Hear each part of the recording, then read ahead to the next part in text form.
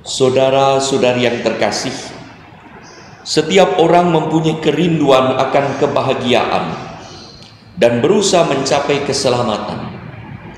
Namun akses mencapainya berbeda-beda. Ada yang mudah, biasa-biasa saja, sulit, bahkan sangat sulit. Dengan kapasitas dan otoritas yang berbeda-beda, kita semua dipanggil untuk melapangkan jalan bagi sesama sebagai akses menuju keselamatan dengan tubuh dan jiwa yang sehat dan bahagia. Yesus mengecam orang-orang Farisi dan ahli Taurat karena mereka menutup pintu pada rahmat Allah, sementara mereka sendiri tidak masuk ke dalamnya.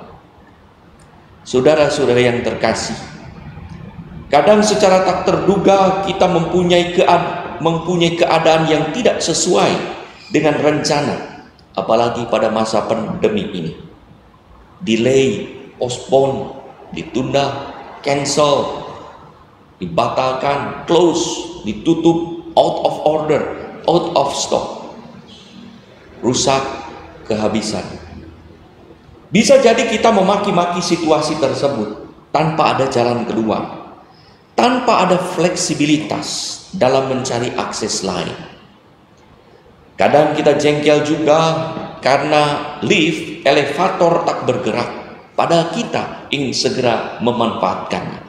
Rupanya ada orang tertentu di lantai tertentu menahannya, padahal banyak orang yang butuh akses elevator tersebut.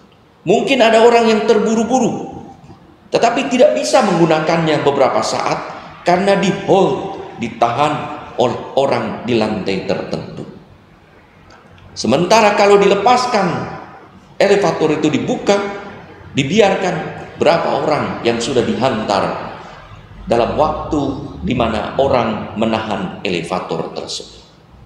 Saudara-saudari yang terkasih, dalam Injil Yesus mengecam kaum Farisi dan ahli Taurat karena perkataan dan perbuatan mereka yang kontraproduktif terhadap rencana keselamatan Allah.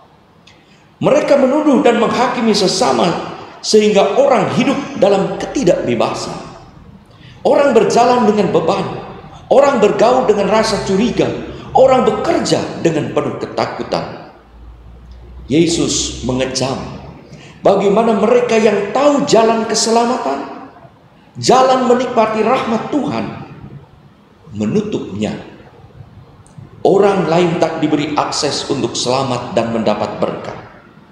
Sementara mereka sendiri walau tahu, tetapi tidak mau masuk ke dalam kerajaan Allah. Perkataan dan perbuatan mereka, bahkan contoh hidup mereka, menjauhkan mereka dan orang lain dari pintu kerajaan Allah yang diwartakan dan dikerjakan oleh Yesus, yang sebenarnya terbuka bagi setiap dan semua orang asalkan mereka bertobat. Dalam bacaan pertama, Paulus mengingatkan kita akan rahmat yang diperoleh berkat Yesus Kristus hingga kita menjadi anak-anak. Sejak semula kita dipanggil pada kekudusan dan kehidupan tak bercelah. Akses pada hidup kudus, hidup selamat ini ditutup oleh ahli Taurat dan orang-orang Farisi. Saudara-saudari yang terkasih, Paus Fransiskus dalam anjuran apostolik Evangelii Gaudium, Sukacita Injil, menulis subjudul pada bagian 5, Ibu yang berhati terbuka. Di sana beliau menulis, gereja juga dipanggil untuk menjadi rumah Bapa dengan pintu yang selalu terbuka lebar. Seringkali kita bertindak lebih sebagai hakim dari rahmat daripada fasilitator rahmat. Namun gereja bukanlah rumah pajak. Gereja adalah rumah Bapa, di mana ada tempat bagi setiap orang dengan semua permasalahan mereka. Saudara-saudari, kita yang sering bahkan setiap hari mengikuti misa, baik secara online maupun offline, makin mengetahui dan memahami bagaimana hidup di dalam rahmat dengan pekerjaan dan pelayanan masing-masing. Kadang kita tahu sesuatu yang berguna bagi orang lain, tetapi tidak men-sharingkannya, padahal kita saat itu tak memanfaatkannya. Kita kadang mempunyai sesuatu yang sedang dibutuhkan orang lain, bahkan yang tanpanya orang itu akan sakit, sengsara, bahkan mati. Tapi kita tidak membagikannya, tidak men-sharingkannya, padahal waktu itu kita tidak membutuhkannya. Kalau ini terjadi, apa bedanya kita dengan orang Farisi dan ahli Taurat yang menutup jalan keselamatan? Marilah kita membuka akses keselamatan. Kita lapangkan jalan rahmat Allah karena dengan kehidupan kita bagi sesama kita. Mari kita masuk bersama-sama agar lebih banyak lagi orang mengalami rahmat Allah karena kehidupan, pengetahuan, pengalaman, pekerjaan, dan pelayanan kita.